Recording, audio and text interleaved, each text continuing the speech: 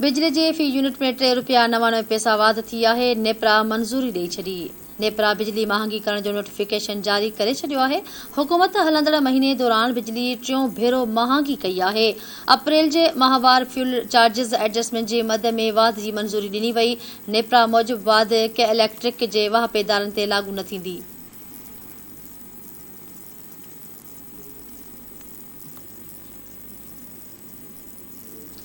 Sindh public service commission खे fall करण जो फ़ैसिलो कयो वियो आहे। अॼु सिंध असेंबली में नओं बिल पेश थींदो। कमीशन 2022 बिल मंज़ूर थियण जी सूरत में हलंदड़ हफ़्ते ते लागू थी वेंदो। 1998 जे एक्ट तहत माज़ी में थियल समूरनि फ़ैसिलनि खे क़ानूनी तहफ़्फ़ुज़ हूंदो। बिल तहत कमीशन जे चेयरमैन ऐं मेंबरनि जी मुक़ररी जो मुदो 5 मां घटाए 4 साल कयो वेंदो। चेयरमैन ऐं मेंबर रुॻो हिकु भेरो मुक़रर थी सघंदा। 50% मेंबर निजी शोबे मां रखिया वेंदा। वॾे वज़ीर जी सिफ़ारिश ते गवर्नर कमीशन जो चेयरमैन मुक़रर कंदो। मेंबरनि जी मुक़ररीअ जो इख़्तियार वॾे वज़ीर वटि हूंदो। नओं क़ानून तहत कमीशन जे चेयरमैन ऐं मेंबरनि खे ज़िम्मेवारी संभालण खां अॻु हलफ़ पिणु खणायो वेंदो। कमीशन में हिकु औरत ऐं हिकु नॉन मुस्लिम मेंबर बि शामिल हूंदा।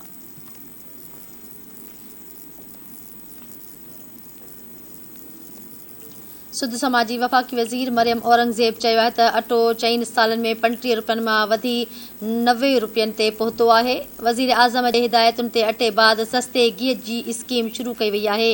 इस्लामाबाद में प्रेस कॉन्फ्रेंस कंदे मरियम औरंगज़ेब चयो त यूटिलिटी स्टोर ते अटो ₹40 फ़ी किलो दस्तियाब आहे।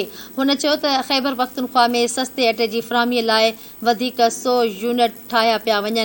मरियम औरंगज़ेब जो चवणु हो त हुकूमत गिह ते ₹3 अरब जी सब्सिडी ॾेई रही आहे। मरियम औरंगज़ेब चयो त इमरान ख़ान पंहिंजी हुकूमत बचाइण ख़ातिर अवाम जे मुश्किलातुनि में इज़ाफ़ो कयो। गुज़िरियल हुकूमत मुल्क खे बहिराननि ॾांहुं धिके छॾियो आहे। सुध समाजी वफ़ाक़ी वज़ीर मरियम औरंगज़ेब चयो त इत्तिहादी हुकूमत अवाम खे सहूलतूं ॾियण लाइ कोशिश आहे।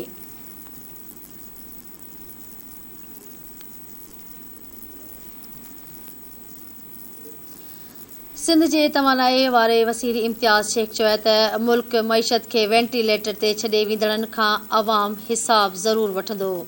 सूबाई वज़ीर इम्तियाज़ शेख पंहिंजे जारी कयल बयान में चयो आहे त इमरान ख़ान 4 सालनि जी कारकर्दगी ॾियण बदिरां 8 हफ़्तनि जो जवाबु घुरी रहियो आहे। हुन चयो त मुल्की तारीख़ जे पहिरीं बजट आहे जंहिं में वापारी, सनअतकार, हारी ऐं इदारा सभु हिक पेज ते आहिनि। संदसि चवणु हो त अॻूणी हुकूमत खे अटे, खंडु, LNG, बिजली ऐं दवाउनि जे स्कैंडल जो जवाबु ॾियणो पवंदो।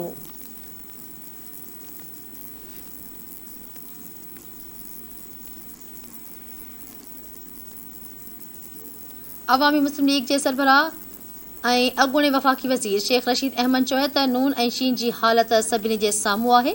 इत्तिहादी हुकूमत कुझु ॾींहंनि जी महिमान आहे। इस्लामाबाद में मीडिया सां ॻाल्हाईंदे शेख रशीद अहमद चयो त पाकिस्तान जी अक्सरियत नाअहल हुक्मराननि खां छुटकारो चाहे थी। शेख रशीद अहमद चयो त अवाम जी जिंद जल्द उन्हनि हुक्मराननि मां छुटी वेंदी। हुन चयो त संदसि ख़िलाफ़ 25 थाणनि में दरख़्वास्त ॾिनी वई, 2 मां ज़मानत कराई वरिती आहे। शेख रशीद अहमद चयो त हुकूमत खे केरु $1 इमदाद ॾियण लाइ बि तयारु न आहे। चीन खां इमदाद मिलण जो शोर कयो पियो वञे पर उहा इमदाद पाक फ़ौज जे करे मिली रही आहे। शेख रशीद चयो त लाहौर ऐं फैसलाबाद में नंढी चूंड जो फ़ैसिलो अवाम खे करणो आहे।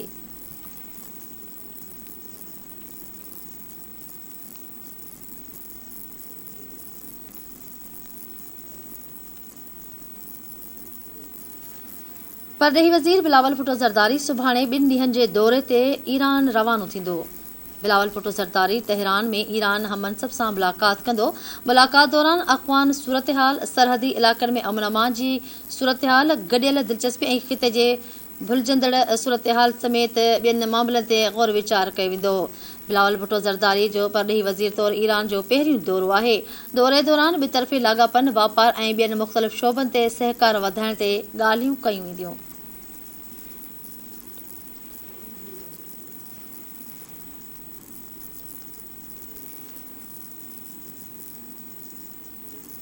वफ़ाक़ी वज़ीर शहरी रहमान चयो आहे त भारत मुसलमाननि ते ज़ुल्म करे रहियो आहे।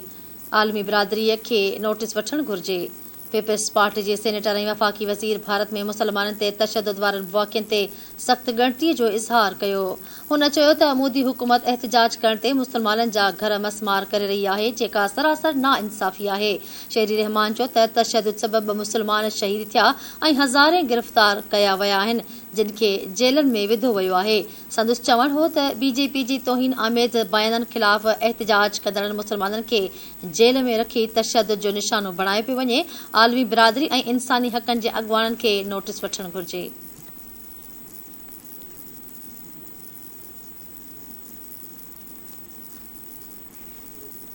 कराची में तुर्क कंपनी अलवैरिक जो डायरेक्टर जमील शन ओजाक ट्रांसपोर्ट वारे सूबाई वज़ीर शर्जील इनाम मेमण सां मुलाक़ात कई। उन मौक़े ते ॻाल्हाईंदे शर्जील इनाम मेमण चयो त कराची में चीनी बसुनि खां पोइ यूरोपी मयार जूं बसूं बि ईंदियूं। ट्रांसपोर्ट वारे सूबाई वज़ीर शर्जील इनाम मेमण तुर्क कंपनी खे कराची में यूरोपी मयार इलेक्ट्रिक बसूं आणण जो आछ पिणु करे छॾी आहे। हुन चयो त कराची हिकु मेट्रोपॉलिटन शहर आहे जंहिं में बहितरीन कारोबारी मौक़िया आहिनि। संदसि चवणु हो त सिंध जे ट्रांसपोर्ट खाते पारां शहर में हज़ारे बसूं मोकिलण जो मनसूबो जोड़ियो वियो आहे।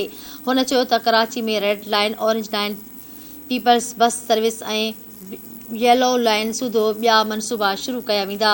ट्रांसपोर्ट वारे सूबाई वज़ीर तुर्क कंपनी जे डायरेक्टर खे दाबेची फ्री इकनॉमिक ज़ोन में मैन्युफैक्चरिंग प्लांट लॻाइण जी दावत पिणु ॾेई छॾी।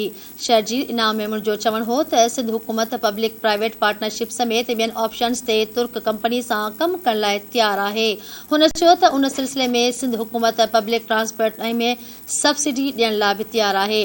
शर्जील इनाम मेमण जो वधीक चवणु हो त पाकिस्तान ऐं तुर्कीअ जा बहितरीन लाॻापा आहिनि। हू चाहिनि था त तुर्की कंपनियूं सिंध जे पब्लिक ट्रांसपोर्ट सेक्टर में सीड़पकारी कनि।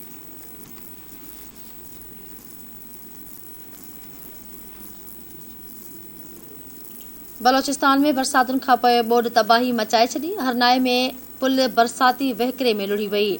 हरनाए, कोहिलू, दुकी, बारखान, मूसाखेल ऐं सरहदी जबलनि वारनि इलाइक़नि में बरसात खां पोइ ॿोॾि तबाही मचाए छॾी आहे। केतिरनि ई हंधनि ते पाणी जे वहिकिरे में पुलूं लुढ़ी वयूं ऐं केतिरा ई घर ॿुॾी विया। हुब, ओथलो, वंदर ऐं बेला जे मुख़्तलिफ़ इलाइक़नि में बि बरसात शुरू थी वई, जंहिं खां पोइ गर्मीअ जी शिदत में घटिताई अची वई।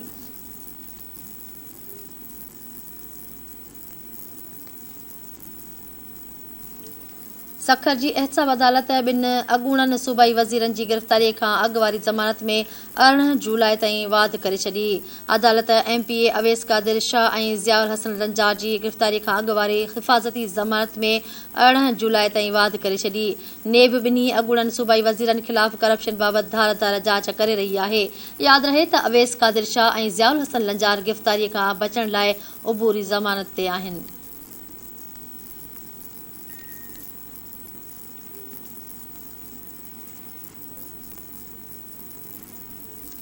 सखर जी अदालत PP, MPA ऐं संदसि ॿिनि भाइरनि जी ज़मानत में 18 जुलाई ताईं वाध करे छॾी आहे। अदालत सरदार ख़ान चांडियो, बुरहान ख़ान चांडियो ऐं रेहान ख़ान चांडियो जी उबरी ज़मानत में 18 जुलाई ताईं वाध करे छॾी।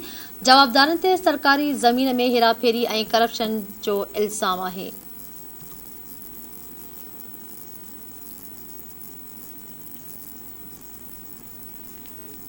लाड़काणे जी अदालत मेहड़ वाक़िए बाबति सरदार ख़ान चांडियो खे नोटिस जारी कंदे 27 जून ते तलब करे वरितो आहे।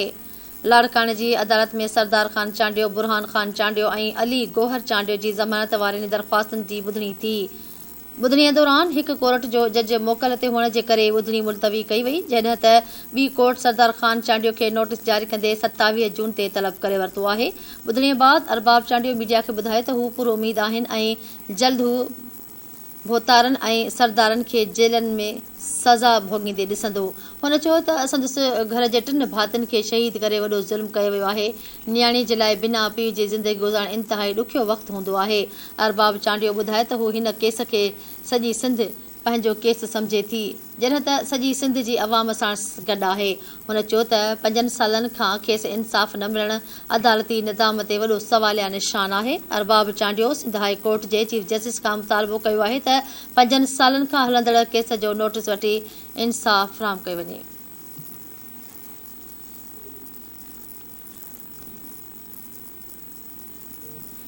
सिहत खाते कराची जे नर्सिंग कंट्रोलर खे उहिदे तां फारिग करे छॾियो। सिहत खाते पारां नर्सिंग कंट्रोलर ख़ैरुनिसा खे उहिदे तां हटाए वियो। सिहत खाते पारां नर्सिंग कंट्रोलर ख़ैरुनिसा खे उहिदे तां हटाए एडमिनिस्ट्रेशन रिपोर्ट करण जी हिदायत करे छॾी आहे।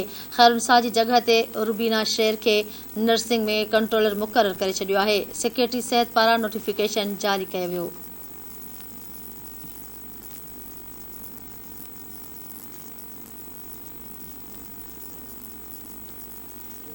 हैदराबाद वेझो फुलेली वाह मां अणॼातल शख़्स जो लुढ़ंदे लाश हथ कयो वियो आहे।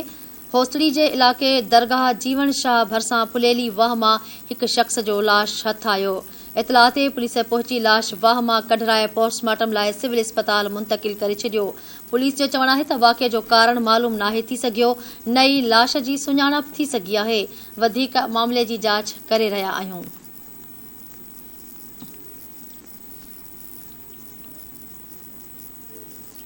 सेठार जा वेझो जवाबदार वेहशी मुड़ुस पंहिंजी घरवारीअ खे घुटा ॾेई क़तलु करण बाद पाण मुरादो थाणे ते पेश थियो आहे। ॻोठु सोहबत ख़ासकेली में वेहशी मुड़ुस अमीर हुसैन ख़ासकेली पंहिंजी घरवारी 45 वरियनि जी ज़रीना खे रसीअ ज़रिए घुटा ॾेई क़तलु करे छॾियो। पुलिस मूजिबि अहिड़ी कार्रवाईअ बाद जवाबदार सेठार जा थाणे ते पेश थी ज़ाल खे क़तलु करण जो एतराफ़ कयो आहे। पुलिस मूजिबि लाश तहवील में वठी पोस्टमार्टम लाइ मक़ामी इस्पताल मुंतक़िल कयो वियो आहे। जॾहिं त केस दाख़िल थियण बाद वाक़िए बाबति वधीक कार्रवाई अमल में आंदी वेंदी।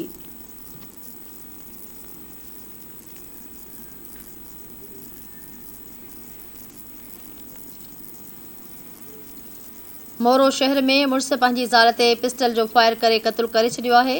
पुलिस मूजिबि जाम मोहल्ला में हेल्थ वर्कर मसामात शमसुन्निसा सियाल खे संदसि मुड़ुस ग़ुलाम मुर्तज़ा उर्फ़ पहलवान क़तलु कयो आहे। मक़तूला जी धीउ ॿुधायो त संदसि अमड़ खे कुझु ॾींहं अॻु छुरियूं हणी ज़ख़्मी कयो वियो हुयो, जंहिंखे 20 ॾींहनि लाइ इलाज बाद घर आंदो वियो। हुन ॿुधायो त संदसि पीउ अॼु खेसि पिस्टल जा फायर करे क़तलु करे छॾियो आहे। मक़तूला जी धीउ ॿुधायो त संदसि ज़ालिम पीउ ॿारनि जी मामूली ॻाल्हियुनि तां झेड़ो करे क़तलु करण जूं धमकियूं ॾींदो रहंदो हो। मक़तूला जे पुटु फ़हीम ॿुधायो त संदसि पीउ अमड़ खे चयो त हू माफ़ी वठणु आयो आहे, जंहिं बाद हुन पिस्टल जा फायर करे खेसि क़तलु करे छॾियो। पुलिस मूजिबि वाक़िए बाद कार्रवाई करे जवाबदार खे गिरफ़्तार करे लाकअप कयो वियो आहे, जंहिं बाबति वधीक जांच जारी आहे।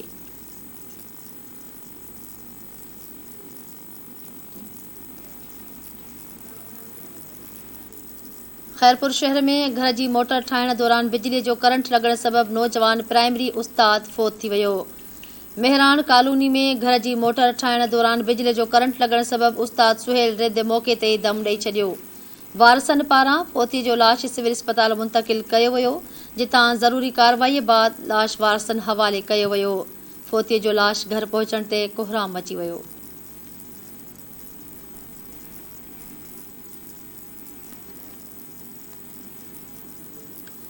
कराची जे ओल्ड सिटी वारे इलाक़े में ज़हरीलो शरबत पीअण सबबि 20 खां वधीक माण्हुनि जी हालत ख़राब थी वई। ज़हरीलो शरबत पीअंदड़ मुतासिर पोरियत खे ईदी एम्बुलेंस ज़रिए सिविल अस्पताल मुंतक़िल कयो वियो। उन मौक़े ते ईदी तर्जुमान ॿुधायो त वाक़ियो टावर वेझो स्टॉक एक्सचेंज वारे घिटीअ में पेश आयो। ईदी तर्जुमान मूजिबि 20 खां मुतासिरनि खे अस्पताल मुंतक़िल कयो वियो आहे, जिते खेनि तिबी इमदाद ॾिनी पई वञे।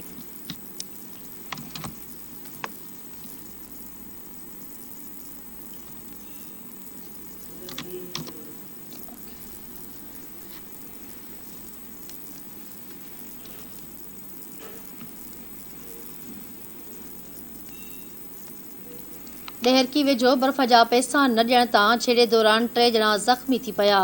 ॻोठु मलूक पंभर में बर्फ़ जा पैसा न ॾियण तां झेड़े दौरान 3 ॼणा ज़ख़्मी थी पिया।